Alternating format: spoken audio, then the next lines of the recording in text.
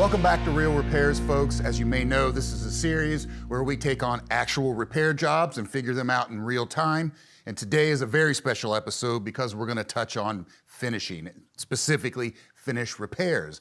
And that's a subject that I'm very excited about because in my career, I've always found it the most challenging aspect of any building or repair job out there. I've never gotten to the end of a complete finish or refinish or even a touch-up and felt that I did a perfect job. So we've called in a ringer today, Jeff Jewitt from Jewitt Guitars in Cleveland, Ohio. Jeff is a finishing expert. He's written many books. He's done tons of finishing. He's worked with StewMac for over 30 years now with some of our finishing supplies, and we're super excited to have him here today. Thanks for having me down here. I always love coming to StewMac. I brought with me a double O guitar that I've built or I've decided to build for the Artisan Guitar Show. Yes. And I've gotten this to the point where we've got the pores filled, we've got the grain filled, and we've got a couple coats of finish on it, and now we're all ready to play in the spirit of education. Yeah, you mentioned this is going to hit the spray booth for a sunburst at some point anyway. That's right. But first, I get a chance to show you some techniques on camera, and if they aren't perfect, well, they'll all be hidden anyways. But this is the perfect stage to do touch-ups, even if it weren't getting a burst. And one of the most annoying things in the world about finishing is that sometimes those dirty little problems don't show up until you get that first coat of finish on. Right. No matter how good you are with surface preparation, with being diligent about sanding and cleaning and all that stuff, these little nasty things come up, and I've identified 5 areas that need some work on this beautiful guitar. 1, we've got a glue spot. So explain to us what you mean by a glue spot. Okay, now a glue spot is one of those things, okay, when you put the glue on to put the binding on or that type of thing, you try to wipe it all off and then you sand it all off and all that, and everything looks good, but when you put a coat of finish on it, or you sometimes wipe it with naphtha, it will show up as a lighter spot. Yeah. And the reason for that, Gene, is because the glue is like a finish. Yeah, sure. And it actually seals the wood, but it's a different type of finish, so that when the clear finish goes over it, the glue spot is almost, it's lighter. And what kind of glue do you have here? Do you use like Weld-On or Bindall or? I use Tight Bond to glue on my binding. This is a wood binding you have on And here? this is a solid wood. Okay. Well, it's a synthetic ebony called Ebano, but it is wood, okay? And it's you still wood, use Tight Bond. and I use Tight Bond with it. And then on the front here, we've got a little bit of tear out from maybe the purfling or something like that that shows up as a little bit of kind of a ragged black edge. Yeah. And I don't like that. I've had to deal with this before too, and I've never done a great job of it. So I'm really excited to see how you deal with that. Soundboard touch-ups are very, very dicey. Because of the light color? Well, it's the light color, but it's one of the things that if you've ever looked at a touch-up or any sort of area on a spruce guitar top, it will look fine from one angle when you're looking at it, say like this, and then you walk around to the other side and it sticks out like a sore thumb. So my advice to everybody is that if you have an anomaly in the center here, like a pitch pocket or something like a, you know, that is untoward or a little black line, just leave it. It's wood, okay? And it'll always be wood. You could easily make it worse trying to touch You that. usually do make it worse. Not that I've ever done that. Well, the thing is, that is so weird about this. You start doing a very little touch-up, and then it doesn't look right, so you touch up a little bit more, and then all of a sudden you have this big touch-up like this, and it grows and grows, and it's like I don't know, like a. Yeah, I've been there. Yeah. And then what we're going to do is we're going to use the Blendal powders. Yes. Which StewMac just got in. I was so happy you guys finally got those in, and a Micron pen. Yes. We'll show you those, and they're very inexpensive pens that you can get on it, and we're gonna make some touch-ups on this stained glass rosette that I did. Yeah, this is beautiful. I like what you've done here. I have to say that, you know, I always do impeccable miters, okay? But just for you, and for this video, I did some really bad miters. Oh, we appreciate that, Jeff. Okay? Up on here, we've got some bad purfling. Now, these white purfling lines have to be perfect. Yeah, they stand Because out. that's what everybody sees. Yes, that's what everybody sees here. Okay, so I'm gonna clean that up, and believe it or not, we can make that a lot better here Okay. here, all the way around here. And then on the neck, we've got a little areas here. I kind of got a little bit happy with the sanding and took off too much of the rosewood here, so I exposed too much of this maple on the sandwich here. This sounds great, Jeff. I'm excited. Which one do you want to do first? Well, why don't we do the glue spot? Okay, because that will allow us to bring out the powders and show you a couple of little neat tricks that I have developed over the years for people when I'm trying to teach this to them for the first time.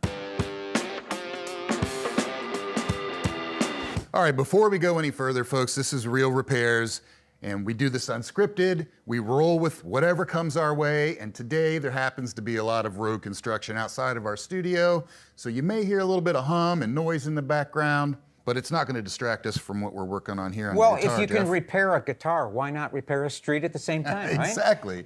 Okay, so I see you've got your kit here you talked about, and you've got some supplies out here. Let's, why don't you walk me through what you've got here? Well, I did mention the fact that StewMac finally brought in these Blendal powders, and I think there's a lot more colors. There may be about 12 or 14 of them. We just have a couple here. So what I did was I got one of these clear plastic boxes, and I just filled it up with all the different color powders. And these colors are generally divided into two types of colors, what we call the earth colors, which are actually, in the old days, were just colors that they dug out of the ground and used them. Oh, wow. So back in the Renaissance and prehistoric, those were things like sienna, ochres, umbers, and things like that. But with all of the 14 colors I think that StewMac has, you really only need about maybe 7 or so to really do most repairs. The colors that I use the most are what are called the umbers, the siennas, and then maybe red, blue, yellow, and then also white. So the umbers and the siennas, you're talking like browns and blacks. Those are your wood tone colors. Wood tone colors. Okay. Right, right.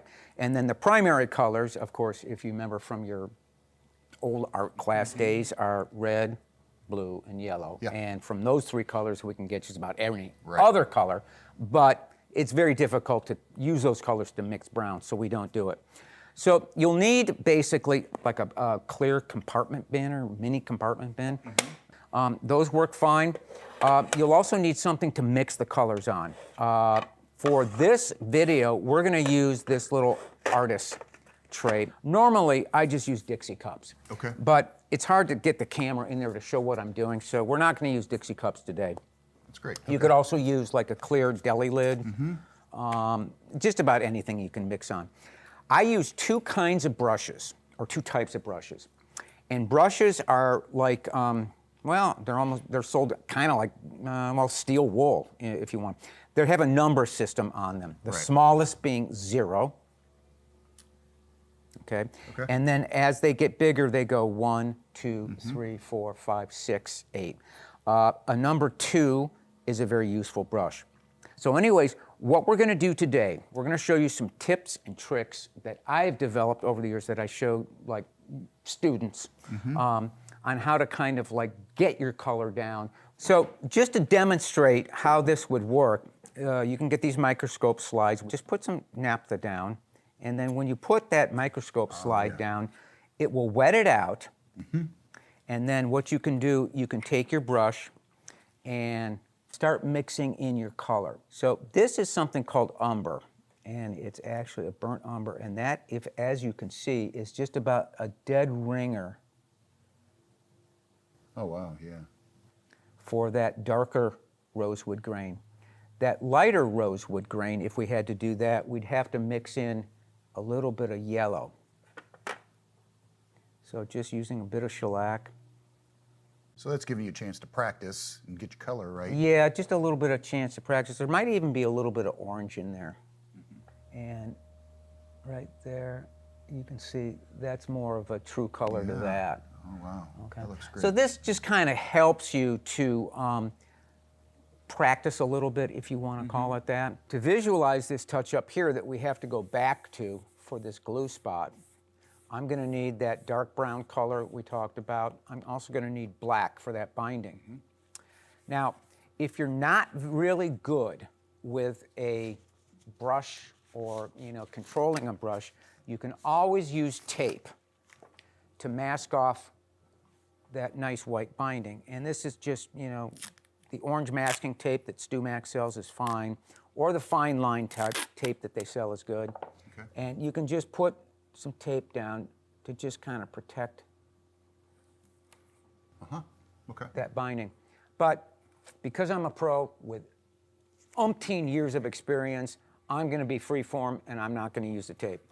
To do the actual touch-up, we have to seal this area or we have to get some finish on it. And the reason we have to get finish on it is twofold. Number one, it will wet out the area like the naphtha did so that we can see what we're doing and match the color a little bit better. It also does provide a little bit of a barrier between the original finish. So if we don't like the repair at all, we can just take a little bit of naphtha, maybe mixed with some alcohol, and we can erase it. Yep. Okay? So, Gene, what we have to do now is we have to segue over to the spray booth that you've got rigged up for us, and we'll seal that area with some shellac. Okay, great. Let's do it. You have some choices here. If this is a lacquer finish, you can always use aerosol lacquer if you don't have an airbrush like what we're going to use. I've got the Ilva polyurethane on here. I've got about 2 or 3 coats on. I'm going to use de-wax shellac. The reason I'm going to use de-wax shellac is using de-wax shellac just ensures that you're going to be compatible with just about any finish known to man. Yes. I've never had a problem with de-wax shellac under lacquer, water-based finishes, Ilva polyurethane, oil-based, you name it. It works with everything. Yeah. So we're going to just actually fill this little airbrush I have here. I'm going to put some of the de-wax shellac in it. At the same concentration you had it? It's about a 2-pound cut. Okay. And these little airbrushes, you can get these on Amazon for, I don't know, maybe, 30 or 40 bucks. But I like this one, particular one, because it has a larger cup than a lot of the airbrushes. A lot of airbrushes have a very small cup. In fact, I believe this airbrush comes with different sizes cups. Yeah, this is a good one. So what we're going to do is we're going to kick on the fan here in this little miniature spray booth we have, and we're going to spray that area.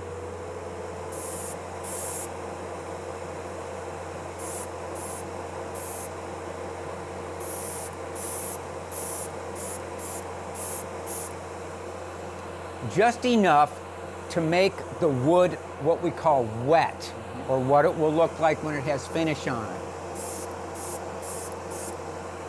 You might need several coats of that. That looks to be good. We now see some gloss coming back on the binding, and we've got some more figure and some color in the wood. So that will allow us to then mix our colors and match that finish. Great. What's next? Gotta get Some my eyes. Okay. official optivisor on. And what we'll do is we'll start by the easy one. We'll just take some black and touch up that black binding, and then we'll mix up some of the brown and get that rosewood touched up. Easy. Now, I'm going to use the number 2 brush because that's going to be a very easy brush to use. And once again, I've got my shellac in here. So I'm just going to kind of swirl that around to kind of clean it. Okay. Probably wouldn't be a bad idea to just put some Behkol in one of these. Alcohol. Yeah. Alcohol, sure. And we can use that to clean the brush. Okay, so let's start with the black. Now, black is easy because black is just black, pretty much. Okay, so let's put some shellac in here, or some clear stuff. Okay, so over in this tray, we'll mix up some black. And that powder just dissolves instantly. You don't have to worry about giving it time to mix or... Well, one of the nice things about Blendal powders is that they're made for doing this. They're not made for really much of anything else. Now, you can mix them with epoxy, but they're really not designed to mix into like a clear lacquer and make paint or something like that. That's not. It's mostly, they were originally made for touch-up work. Okay. Now, one thing I do want to mention is that when you do this, okay, you can make a solid black color, or you can mix it with a lot of shellac and make more of a transparent color. So if this were like real ebony, especially the ebony today, is not really black. It's not a good black. It's really kind of a brownish black. So what you could do is you could come in with one of these browns and mix it in there to make it a little bit more convincing. Okay. Now this is, as I mentioned, is a synthetic ebony called Ebonol. So what we're going to do is just take this number 2 brush and now I want to just mention the technique that I'm using here. Okay. I'm not really trying to paint, okay? What I'm trying to do is almost flick the color on, like this. Yes. It's very gentle strokes, light strokes. Light strokes, because what you can do that way is you can sort of feather it in. Yeah. So once you get the brush working, all you got to do is just kind of feather it in to the rest of the area, and boom, you're done. Now, black is easy. Yeah. It's a little bit more challenging to do the rosewood part of it and stay away from that white purfling. Yeah, that just disappeared. Okay, so what we're going to do is we're now going to do the rosewoods. So we're going to go over to this, what they call umber. I believe in the Blendal powders, it's called burnt umber. There's also one that's called brown mahogany, which you might be able to use. Now, as you can see when I'm mixing this, I don't want to use this really like wet and thick like that. That's why I brought this little thing out, because I want to work it a little bit so it's like that. And what we'll do,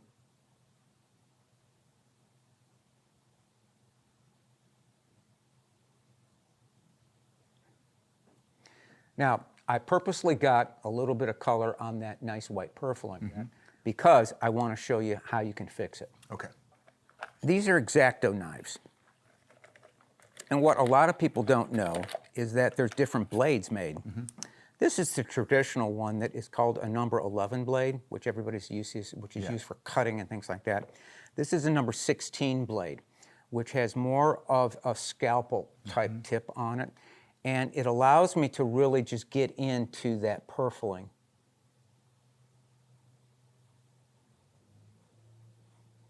You just scrape it off. And just scrape it off.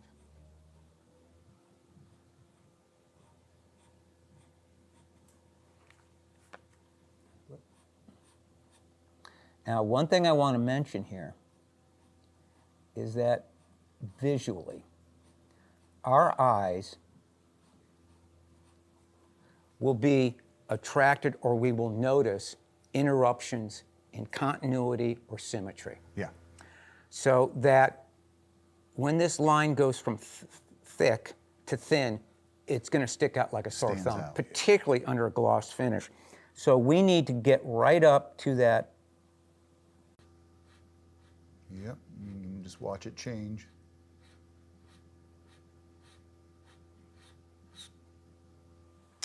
So now I don't see it.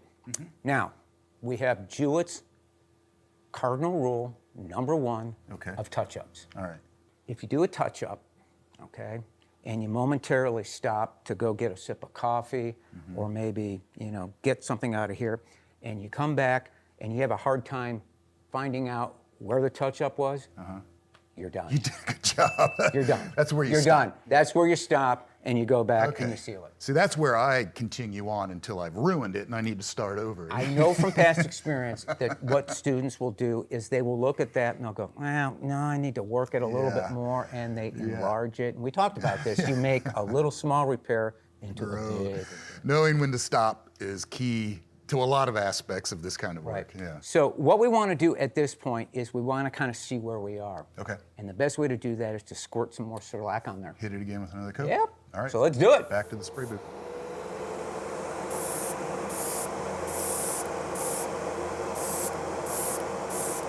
And that's looking pretty good.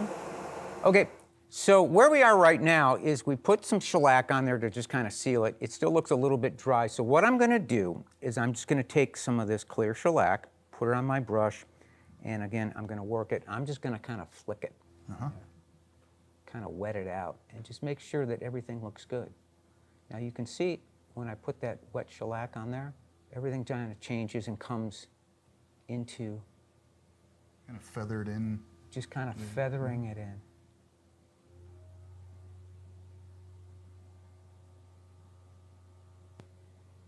And just kind of that. Now, I'm going to have to clean up that purfling a little bit again. Pretty steady hand there, Jeff. As I mentioned in the beginning, you really just need to know some of the basics of color, and you need to just have a steady hand, maybe a little bit of patience. If you try to scrape things when they're wet, they don't scrape really well. So I may leave this and come back and do the final scraping on this in a little bit. So let's call this one done, and we'll come back and look at it, maybe finesse it a little bit later. So, but when you lay clear over that too, that's going to like blend all of that in. It's going to right? blend it in too. And keep in mind one thing. As I go through and start applying clear finish, my clear coats, if it still doesn't look right, I can do some more touch-up. Okay. It's just I want to get all my touch-ups done before the final 3 coats of clear. I think, yeah, I think that looks great. Okay, onward. So on the top, I don't have to spray any shellac on it because I've already done that. Because your this is shiny just spots. Yeah, we can see the gloss, and so we know exactly what we have to do here in terms of matching a color. Okay. Now, as I said in the beginning of this video, spruce is very difficult. Yeah. Okay, because it's got white in it. Yeah. And white is a very dangerous color when it comes to Blendal colors because it will shift on you. So if it's just something like this that's towards an edge like here or maybe around a rosette, that's fine. Don't do anything in the center of it. Just leave it. It's wood. It's part of being a wood and not a piece of Formica, so we know it's wood. Okay, so we're just going to just work on this as it is. And what we'll do is, once again, now I cleaned all my trays out because I don't want to contaminate that. You don't want black in with your white. I really don't want black in with my white. And what I will do is I will take my brush, my number 0 brush, I'll put it in some of the shellac, and I'll just twist the bristles between my thumb and my forefinger and get a nice pointy tip on there. Okay. So now I can get right in there and not disturb anything. Okay, so what we're going to do is we're going to use white. And what I do is in my kit, I take some white, some of the Blendal white, and I mix it with a little bit of the sienna, which is sort of like a mustardy, yellowy color. Okay. And I make what we call an off-white. Okay. And so what I'll do is I'll just put it in the off-white, mix a little here. So the off-white you have there is a little bit you've already mixed. I've of already white? mixed it Okay. with white. Okay. Now, there's a lot of yellow in there. So I'm going to take my yellow. Okay. Yeah, I see where you're going here. Now, once I get my brush, I'll twirl it in there to get a really nice point on there, just so that I have just a point of color. Drop my optivisor down. You're kind of tapping it, kind of I'm poking just it. poking it. Yeah. Okay, Houston, we have a problem.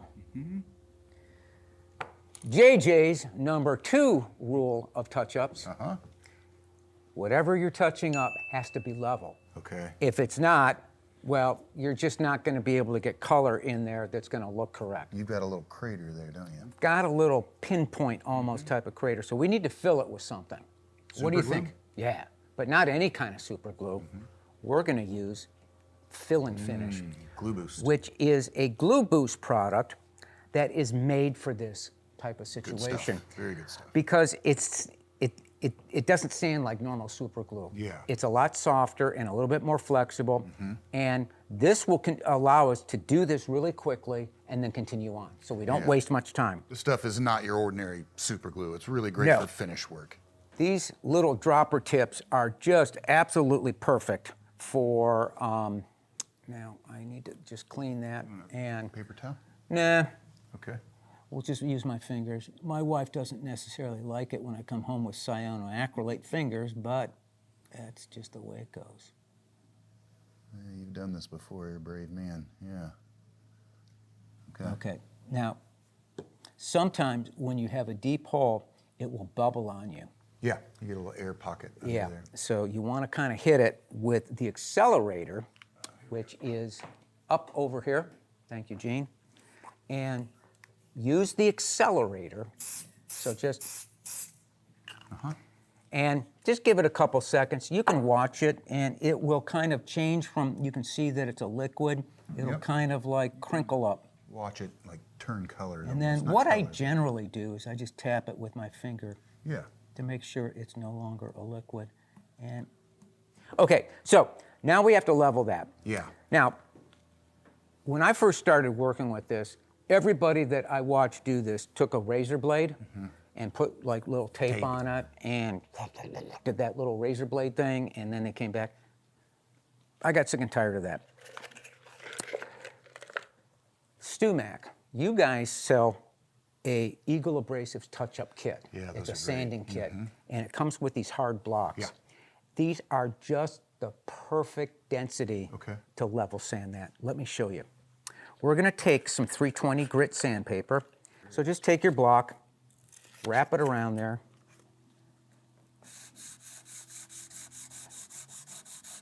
And just sand it until the little halo is gone.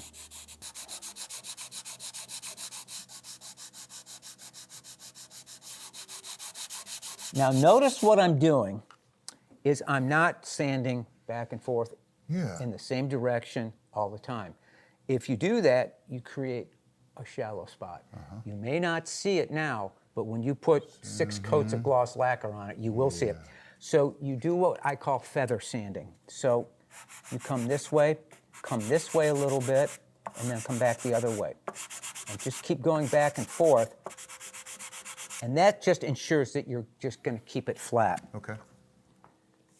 Okay, now that I've got it level, I can do my touch-up.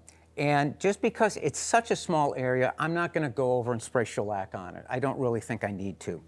So what I'm going to do is I'm going to take my brush. This is my number 0 again, and that had color in it, but it looks like not enough color. So let's mix that color again. Are you trying to match more of the light shade of the spruce or the grain line? Is there a particular shade you're after? Mostly just the light shade. So if we were to bring this up here, I want to just kind of get into this value here. Now, if you look closely at it, there is a little tiny grain line in there. We'll see if we can use that to help disguise it. But for what I'm going to do right now, I'm just going to take this brush and I'm just going to kind of twirl it in that color. And then we'll come back.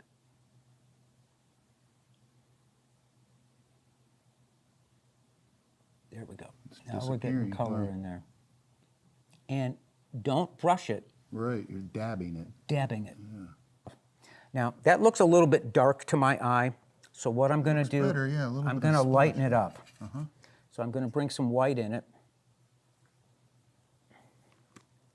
And once again, don't fuss with this too much. Get it to the point where it's just not that visible. That looks a little bit better. Now, what I did was I went into that black purfling line. Okay.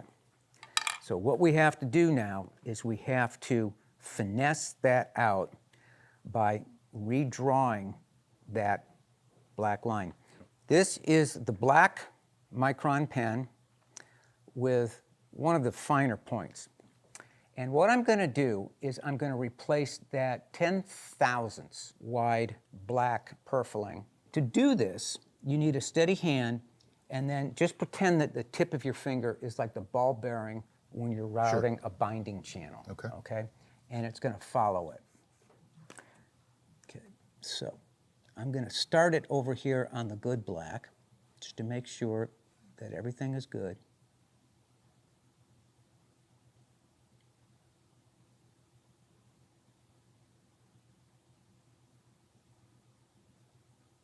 Okay. That got a little bit thick on me. So what I'm going to do is I'm going to come back with my X-Acto knife.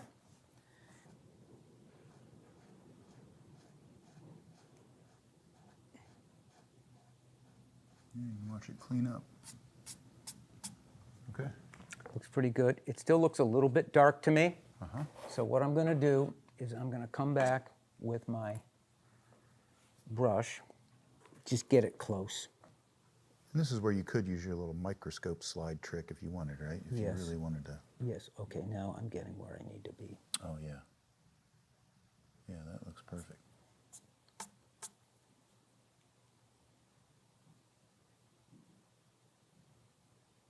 Now, you notice that what I did there is I just took my finger and I just swiped it. Yep. Just kind of blended in. I'm going to stop right there. As I mentioned earlier, this spruce is ultimately going to get a sunburst, but I think that at least shows your viewers some techniques for working in a tricky area. Yeah, that little black spot is gone. When I look away and then I look back, I'm having trouble finding it. Once again, if I didn't like this at all, I could just take some alcohol and wipe it away. Start all over. But using straight alcohol on a fresh finish like this can be dangerous. So this is tip number 4. Maybe 3? No, 3, 4. 4? Maybe 3 or 4. We'll figure it out. Anyways, alcohol is what we call a hot solvent. Yeah. Okay? And what that means is it's an aggressive solvent. And actually, denatured alcohol, Behkol, and the stuff you buy in the store will actually attack a lacquer finish and a water-based finish and soften it. So what JJ, your friendly chemist, will tell you to do is to take your Behkol and your naphtha and make what we call a buffering solution. Okay. You're going to take your alcohol and you're going to make it less aggressive by putting some naphtha on it, which we know doesn't hurt the finish. Okay? But naphtha alone isn't going to do what you need. Right. Now what I'm going to do is I'm just going to wipe this really quickly. Keep lightening working, it up, yeah. lightening it up just a bit, and Oh, I'd yeah. say we're pretty good. I'm pretty happy with this, but if you look at it really closely, and you know, with the Optivisor on, we've got some jagged edges on the there, black. and I'm going to try and come in here and just kind of put one dot of color there. Got a little happy there. Oh, that's perfect. Yeah. Okay. Okay. Now we'll come back with our X-Acto and we'll just clean up that little purfling line.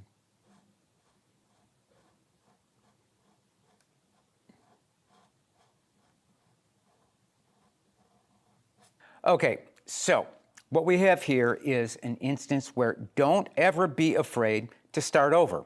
Your second approach just might turn out better than the first one. I think you're right here, man. This looks a lot better the second time around. Should we move on to the rosette now? We're moving on to the rosette.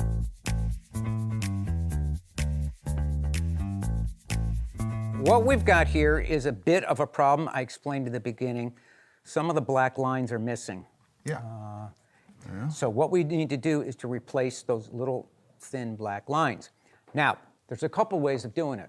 You could just tape it off right around it, make a little gap, and then use your black with your little number 0 brush and brush it in, take the tape off and do it that way.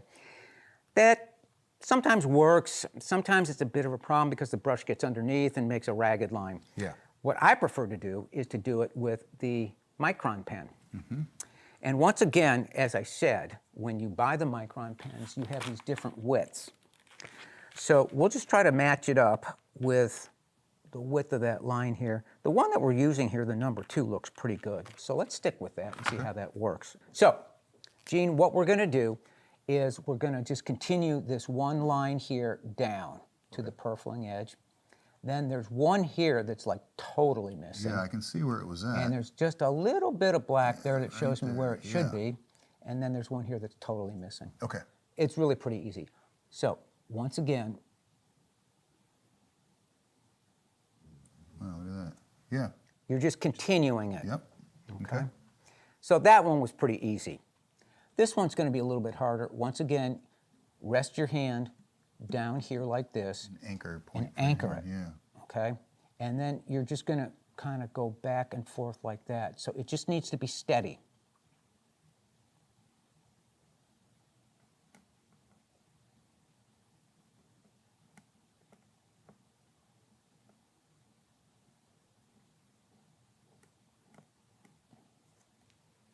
Okay, number 2. Now this one here is completely missing.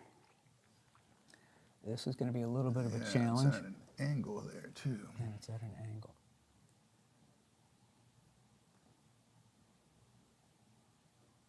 That looks great, Jeff. Yeah, I wouldn't notice that compared to the other ones. Yeah. No, again, It's- it does not need to be dead on perfect. You just need to continue it so that it doesn't look broken up. Sometimes with some of these things too, if it is perfect, it doesn't look right. No, and even this looks a little bit hot, meaning the black looks a little bit too good. So you can just, Yeah. and that's a free tool that, well, you don't have to buy it from StewMac.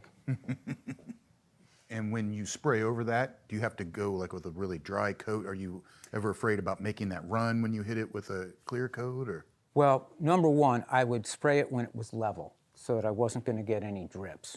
Okay, that number one.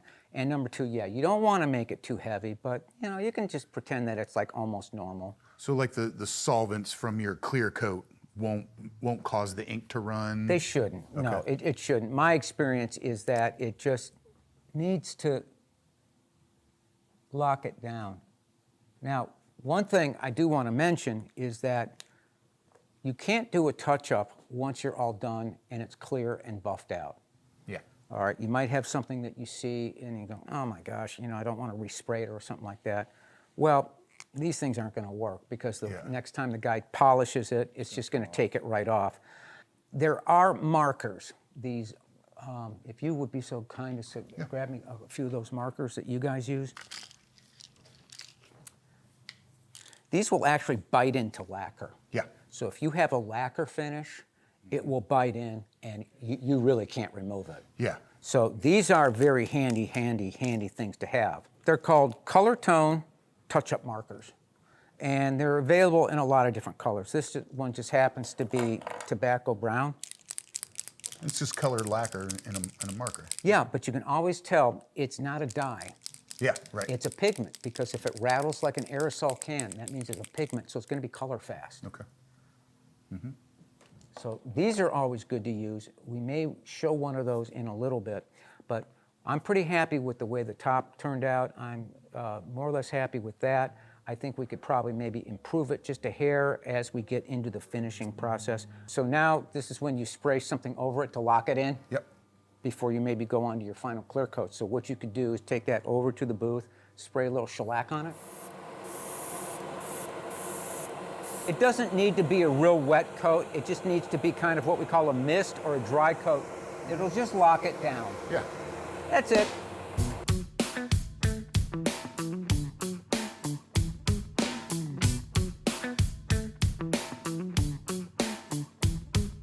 Let's do some touch-ups on the neck. And as before, what we have to do is we have to get some shellac on there to just kind of seal it, to give us a area that we can touch up. Okay. So, hit it. And you're just going to hit the miters themselves. You're not. I'm just going to hit the miters. Yeah, I'm just going to wet it out. Good enough. All right. Now what I've got here, all right, this is a different white. All right. Now, because I'm the builder, I know that, okay? Because for this purfling that we used on the fretboard, What is this purfling? What did you use? it's bleached sycamore. Oh, okay. So it's actually like a maple kind of species, but it's bleached white. Okay. So it's going to be whiter, okay? So what we need to do is we need to be a little bit more on the white side. So what I did is I cleaned my brush. I cleaned it in the Behkol here and just got all the color out of it. I'll dip it in here. And I'm going to start with this pure white. Now this would be Blendal white.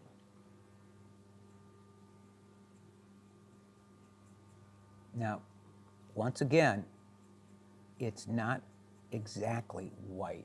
It's got just a little bit of yellow in it. There's no pure whites, very rarely. It's almost like really light gray. Yeah, it is. It's a funny color.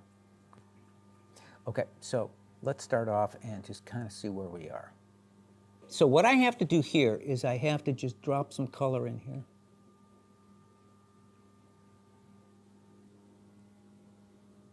Just fill that little separation. Yep. Yeah. Uh-huh. Okay. And let's move over here and do this one while everything seems to be working correctly.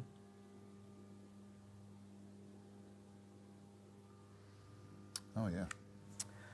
Now, what we do is we get our X-Acto knife and we clean it up. Yeah, you have just the tiniest little brush mark there, dab.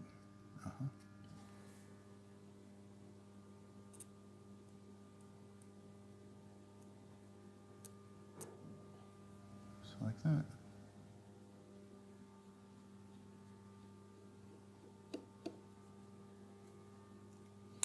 Now, this got a little lumpy on me, so I'm going to scrape that little lump out.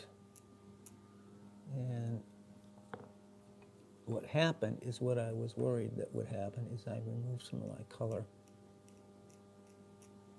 Okay, so let's come back with this.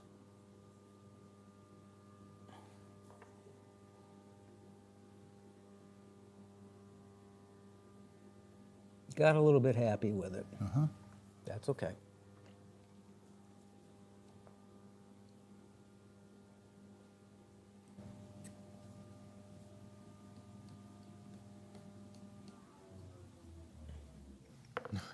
They must be getting somewhere out there. Now, you'll notice that what's going on here is my line, top line, is going a little bit too far here. This one's coming up and it shot past it. So what we're going to do is we're going to take a Micron pen that's called Sepia. Sepia. Okay, this is just a brown color. What I'm going to do is I'm going to cut off that edge. Oh, yeah. Okay. Okay. Now, I'm going to come back in here, and, you know, it almost looks like, as you said, Gene, it's kind of a gray color. Yeah. That white definitely doesn't look right. So I'm going to start to scrape away some of it and just leave a little. Good, it lightens it up there. And as you can see, what I'm doing here is I'm just finessing the lines. And once again, I don't like that white. It's a little bit too white. Oh, like white point right at the tip there. JJ's rules of finishing. 4? 4? We're at 4? 4? I need to be making a list here. Okay. If something looks too good, okay, it looks, you know, like maybe it's like just too bright, too luminous or whatever, we're calling it, you brown it down. Okay. Okay? That's the Brown that's it the down. tagline. All right. Brown it down. Let's brown it. Okay, so what you do is you just take some shellac and you make a very light brown. Okay. I'll get started over here. Oh, wow. You made that disappear. Yeah. And so then you just wipe off the your little test marks. Those come right off that shellac because you're still on that shellac we sprayed originally. So I can actually just scrape that off. Scrape that right off. Which is why we spray shellac to begin with, right? Yep. So just basically just clean it up with the X-Acto. This is the other reason that you have a nice base coat of finish on there, because you're not going back down to bare wood. Yeah. Now there's just a little bit of brown that came in here.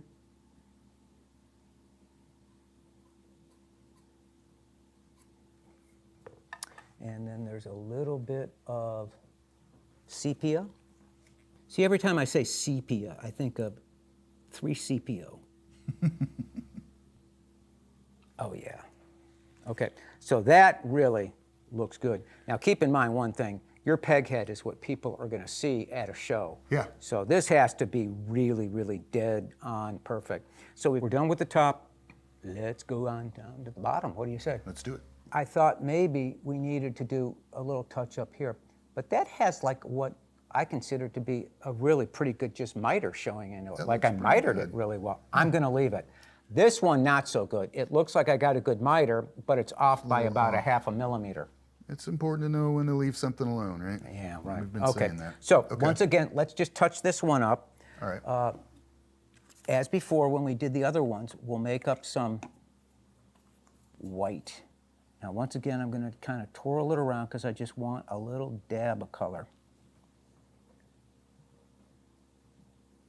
Now, what I'm doing here is I'm just kind of drying the brush out a little bit so I can put just a little pinpoint of color in there. It limits the amount that goes down. Now, this is a little bit weird because this is off. Yeah. So I didn't, so what I'm going to do here is I'm just going to dab color in here. Yep. Okay. I'm going to just take my finger and even it out. Okay, now what I'm going to do is I'm going to take my X-Acto knife and just kind of connect it. All right, so I got to bring this in here. Okay, it looks a little bit better, but not quite. So we are off kilter here. Okay. All right, now let's clean it up and see where we are. Okay, that one looks good. That looks great. That looks a lot better. Let's take our Micron pen. I'm going to erase that tip right there. Mm-hmm.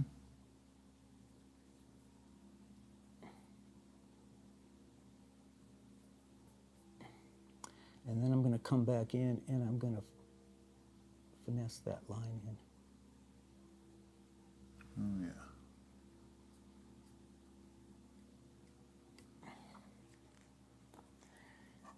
Now, by dabbing it, I bled that color. Dark spot there, okay.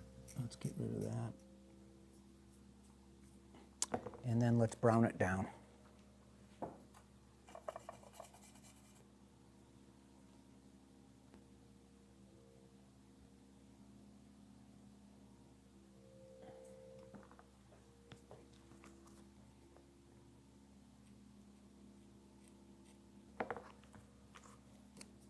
So as you can see, you know, it's not really just a matter of, you know, going back and forth with the different tools until you just get it. Now, one of the mistakes is that when you put this stuff will really smear. Yeah. Much less so. So you have to be a little bit careful in the way that you do it. Brown it just a little bit, and then what I want to do, I want to knock off that high corner here.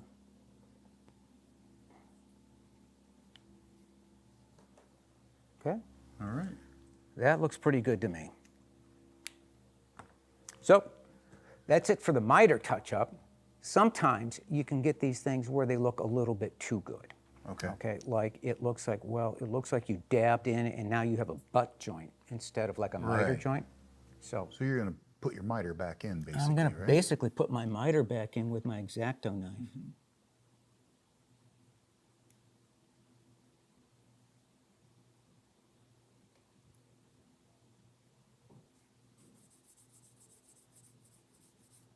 And now we have a very delicate little miter in there. Okay.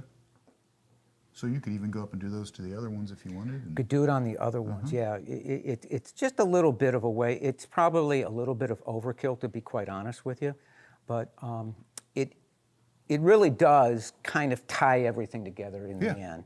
And that doesn't require that you use color or, you know, a brush or anything. It's just an X-Acto, and everybody can use an X-Acto knife. And you just follow the original miter. What do you think, boy? I'm impressed, Jeff. That looks great. Do we need to seal it off now? More Oh, yeah, shellac? you got to seal it, because if you start moving this neck around for whatever reason, you're going to erase everything. So let's go throw some shellac on it. What do you say? Man. Yeah, let's do it.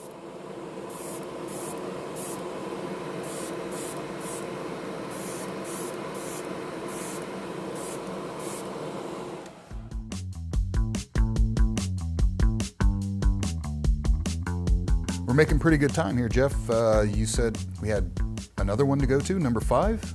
We're in luck. Okay. You know why? We just turn it over. We're right on the back of it. I don't even have to let that dry. Hit it.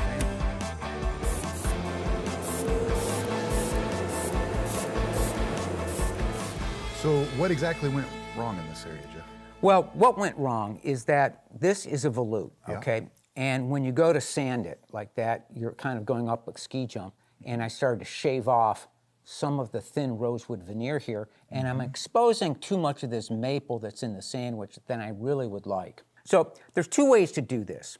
One way is to just take your number 2 brush and using the flat side of the brush. Now, as you can see, that's kind of hard to control, and I got a lot of color there. So what I'm going to use is a little bit of a different product. I'm going to go get one of those wide Micron pens. You can get them from a wide tip to a tiny tip. We're just going to take the brush and using kind of the flat edge of it. So the flat edge of it will be kind of like this. Okay, so I can get a wide swath of it.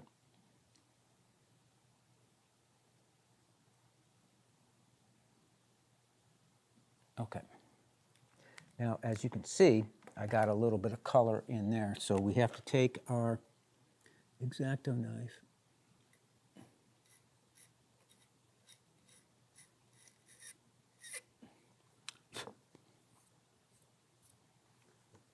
cut. Now let's come back and just with the very tiny brush, I can just do my little dot thing, and there we go. Wow, yeah. Now, if I wanted to get really tricky, you'll notice that in rosewood, you have black inky lines. You can see these coming here and here and here. So what you can do here,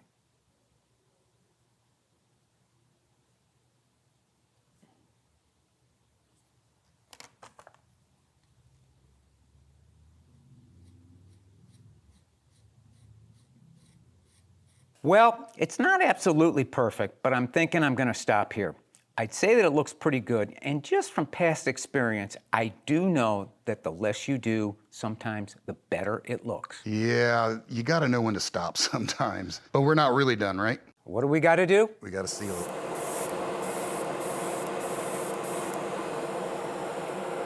Good. What do you think? I think it looks good, man. Should we seal it with a high We five? should seal it with a high five. Boom. Well, there we have it, folks. Jeff has given us a peek behind the curtain at some pro techniques for finish repair. And I think it's great to note, too, that although we're talking repair, we're dealing with a brand new build, right? Repair stretches beyond an existing guitar. Well, it's important to know that everything I've shown you today can be applied to vintage guitars or Yes. old guitars, or when you're just doing repairs. Yeah. Because when you do a broken headstock or something like that, Yeah. you're going to have to do a lot of touch-up, not a little. But yeah, everything I've shown you can be just translated over really easily. Well, I've learned a ton. Some of the techniques that you use, I've already been kind of using without realizing it. Some of the touching and patting techniques you've done. It's just great to see a pro in action. And I think one of the big takeaways that I think you should all leave with is knowing when to stop. Like my friend Eric Coleman often says, you don't want to snatch defeat from the jaws of victory. So don't go too far. But thank you so much for coming by the studio and visiting You're welcome. StewMac. Thank you folks again for sticking around for Real Repairs, and we'll see you at the bench next time. Over and out.